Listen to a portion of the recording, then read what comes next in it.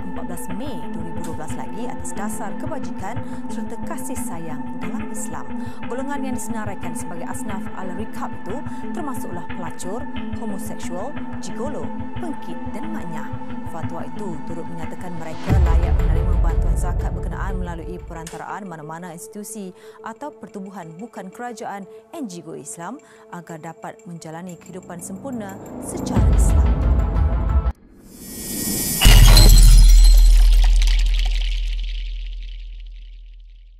Assalamualaikum dan salam sejahtera. Hai guys, hari ini saya dan kumpulan saya akan mengupas sedikit isu-isu LGBT dan juga cabaran dalam menangani LGBT di Malaysia ini. Kalau dilihatkan, isu ini dah makin berleluasa di negara ini.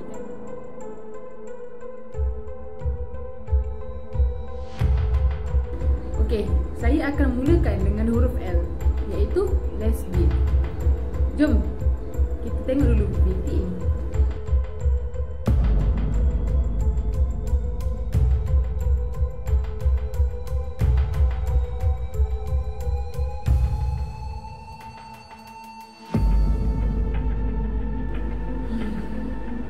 Kalau dilihatlah kan, isu ni bukanlah isu baru dekat Malaysia ni. Saya rasa dah 10-15 tahun juga golongan ni muncul dekat Malaysia ni. Saya pun tak boleh nak kata apa. Sebab apa? Sebab isu ni bermula daripada diri kita, cara kita, niat kita, apa kita nak jadi. Jadi saya cuma nak pesanlah, ingatlah, dunia ni dah tak lama, bumi pun dah tua. Jadi marilah kita sama-sama bendung isu ni daripada terus berleluasa di negara kita dan di seluruh dunia.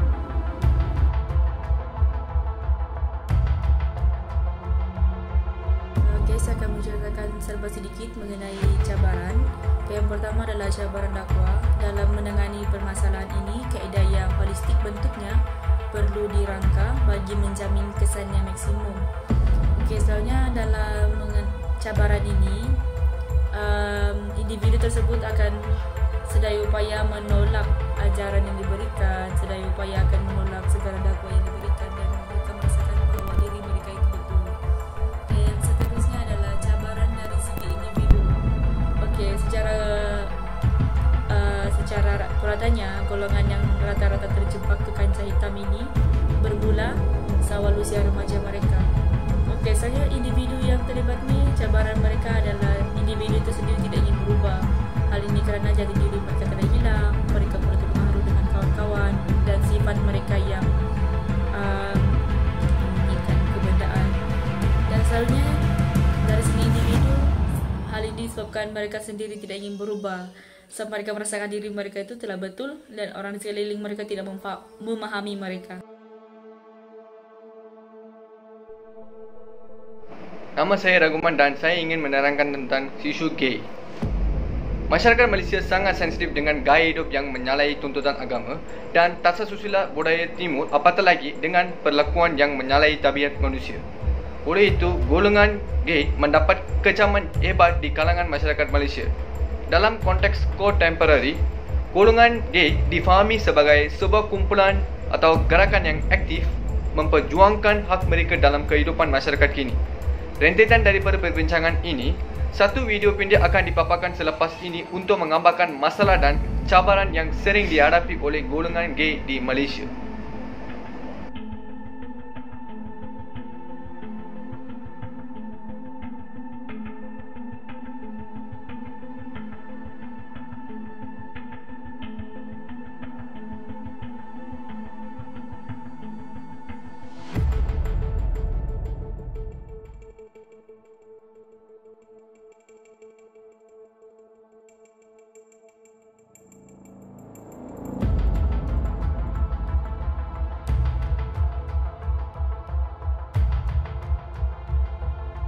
Seperti yang Anda nampak tadi, itulah salah satu cabaran yang dihadapi oleh golongan gay di negara kita ini. Selain cabaran itu, mereka juga menghadapi cabaran seperti suka mendapatkan pekerjaan, masyarakat menghadapi kesadaran mereka dan lain-lain. Cabaran-cabaran seperti inilah yang menghantui mereka di negara kita ini. mereka memerlukan sokongan daripada pelbagai pihak di negara kita ini supaya mereka dapat hidup dalam keadaan aman dan damai. Mereka adalah sama macam awak dan saya, jadi janganlah menghina atau memandang rendah terhadap mereka. Assalamualaikum warahmatullahi wabarakatuh. Di dalam LGBT merujuk kepada biseksual. Biseksual adalah individu yang mempunyai kecenderungan seks yang berbeza, iaitu berkeinginan terhadap kedua-dua jantina, lelaki dan perempuan. Biseksual ini adalah keinginan secara psikologi, emosional dan seksual. Mereka yang memiliki ketertarikan ini mempunyai orientasi heteroseksual dan homoseksual. Heteroseksual ini adalah keinginan terhadap berlawanan jantina, iaitu lelaki dan perempuan. Manakala homoseksual ini adalah keinginan terhadap sesama jantina. Contoh, lelaki dan lelaki, perempuan tertarik dengan perempuan. Antara faktor yang menyebabkan masalah golongan biseksual ini semakin berleluasa ialah kurangnya didikan agama dan kasih sayang daripada keluarga mereka. Hal ini disebabkan oleh mungkin ibu bapa mereka jarang ada masa bersama-sama, jadi mereka bebas melakukan perkara yang mereka ingin lakukan. Kepribadian seseorang adalah bergantung kepada bagaimana cara ibu bapa mendidik dan mencorak anak-anak mereka pada masa hadapan. Namun begitu, apabila sudah meningkat dewasa, seseorang itu perlu dan pastinya boleh memikirkan perkara yang baik dan perkara yang buruk untuk dirinya. Seseorang yang mempunyai nilai agama yang kuat dan pembentukan akhlak yang baik tidak akan mudah terpengaruh dengan perkara negatif dan budaya barat ini.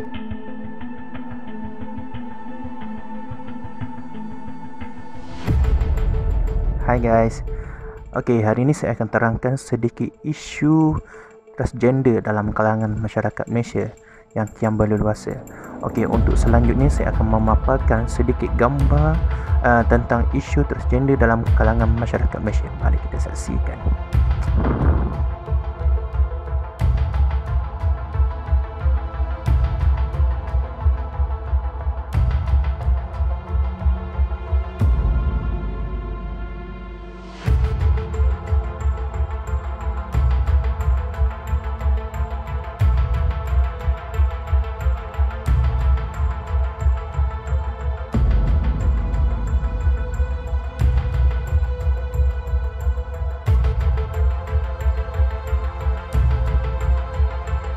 Itu saja sedikit gambar tentang isu transgender dalam kalangan masyarakat Malaysia.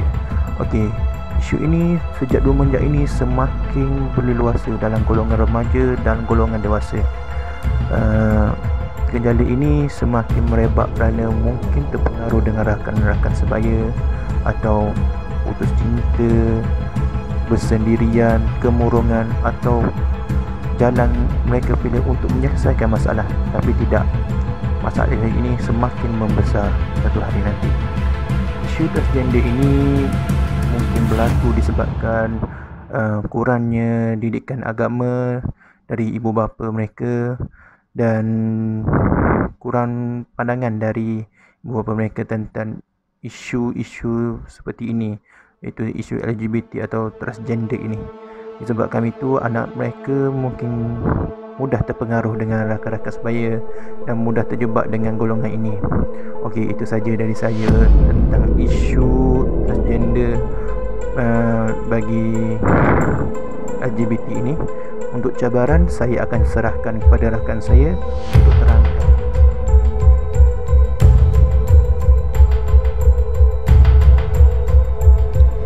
Hai, Assalamualaikum warahmatullahi wabarakatuh. So, pada hari ini saya akan bercakap sikit tentang cabaran transgender di Malaysia. Dia ada banyak, tapi saya hanya mengambil beberapa sahaja. Dia terdiri daripada perkahwinan, susah mendapat kerja, dan perayaan diharamkan. So, hari ini saya nak bercakap sikit tentang perkahwinan. Perkahwinan antara dua pihak berjantina sama tidak dibenarkan di bawah undang-undang syariah dan juga sivil di Malaysia. Untuk makluman anda semua, pada tahun 2005, isu perkahwinan transgender dikemukakan apabila seorang transgender, dia warga Cina daripada Sarawak, dia dilahirkan sebagai seorang lelaki dan dia telah membuatkan pembedahan sebanyak 3 kali untuk menukarkan diri daripada lelaki ke wanita. Disebabkan itu, pihak berkuasa mengisytiharkan perkahwinan mereka tidak sah dan ramai yang mengecam mereka punya perkahwinan. Walau bagaimanapun, mereka tetap juga berkahwin dan mereka telah diberkati oleh 3 orang pastor dan mempunyai tetamu sebanyak 800 orang. So sampai sini saja cabaran transgender di Malaysia. Assalamualaikum.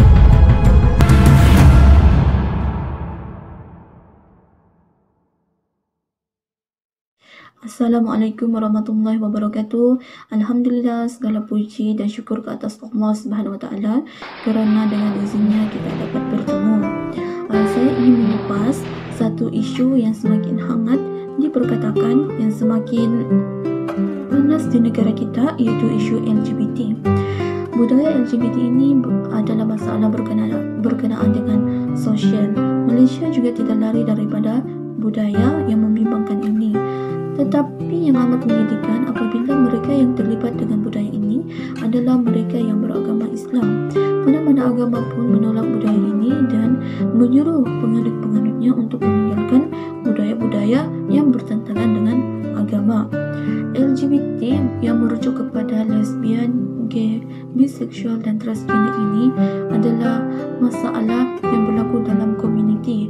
Tetapi LGBT ini bukanlah perkara baharu kerana di dalam Al-Quran surah Al-A'raf ayat 80 ada menyentuh berkenaan budaya hidup homoseksual kaum Nabi Lut.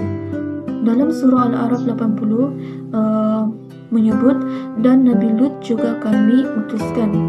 Ingatlah tak kala dia berkata kepada kaumnya, patutkah kamu melakukan perbuatan keji, perbuatan yang belum pernah dilakukan penduduk alam ini sebelum kamu? Kaum Nabi Lut merupakan kaum pertama yang Allah turunkan azab yang sangat dahsyat kepada mereka. Mereka terlalu angkuh, sombong dan tidak ingin mengikut dakwah yang disampaikan oleh Nabi Lut. Kerana murkah terhadap sikap golongan atau kaum Nabi Lut ini, Allah telah turunkan satu azab yang sangat dahsyat, azab yang memusnahkan kaum-kaum Nabi Lut ini, iaitu Allah turunkan hujan batu api kepada mereka daripada langit. Nabi juga melaknat mereka yang berpakaian lelaki, yang berpakaian perempuan dan perempuan yang berpakaian lelaki. Daripada kisah kaum Nabi Lut ini, kita boleh ambil pengajaran bahawa Allah amat memurkai perbuatan ini dan azab yang akan diterima mereka yang mengamalkan budaya ini adalah azab yang sangat-sangat dahsyat. LGBT ini adalah kelemahan diri kita. Kelemahan diri kita yang putuskan hubungan dengan Allah. Untuk elakkan diri kita dekat dengan budaya-budaya ini, kita perlu jaga hubungan kita dengan Allah. Banyakkan beribadat kepada Allah, salat kena jaga.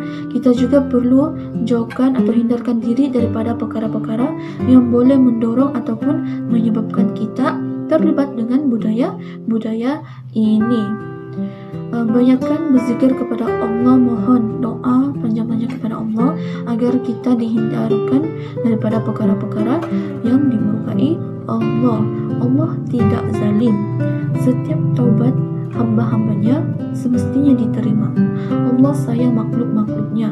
Bertaubatlah kepada Allah, taubat yang sebenar-benarnya, taubat nasuha. Kesimpulannya, amalan sonsang atau LGBT ini dapat kita simpulkan sebagai satu amalan yang tidak memberikan apa-apa kebaikan pada diri dan mesti kita elakkan. LGBT ini banyak memberikan kesan negatif dan kemudaratan pada diri. Selain itu, keharmonian dalam kekeluargaan yang bergantung kepada sesebuah negara turut terjejas. Hal ini kerana golongan remaja pada hari ini bakal menjadi pemimpin negara pada masa hadapan, terutama dalam aspek keagamaan. Jadi, marilah sama-sama kita memperkukuhkan pegangan agama masing-masing untuk menghapuskan budaya ini. Semoga kita, keluarga dan masyarakat kita dijauhkan daripada pengaruh LGBT ini bagi menjamin kesejahteraan negara dan bangsa pada masa hadapan.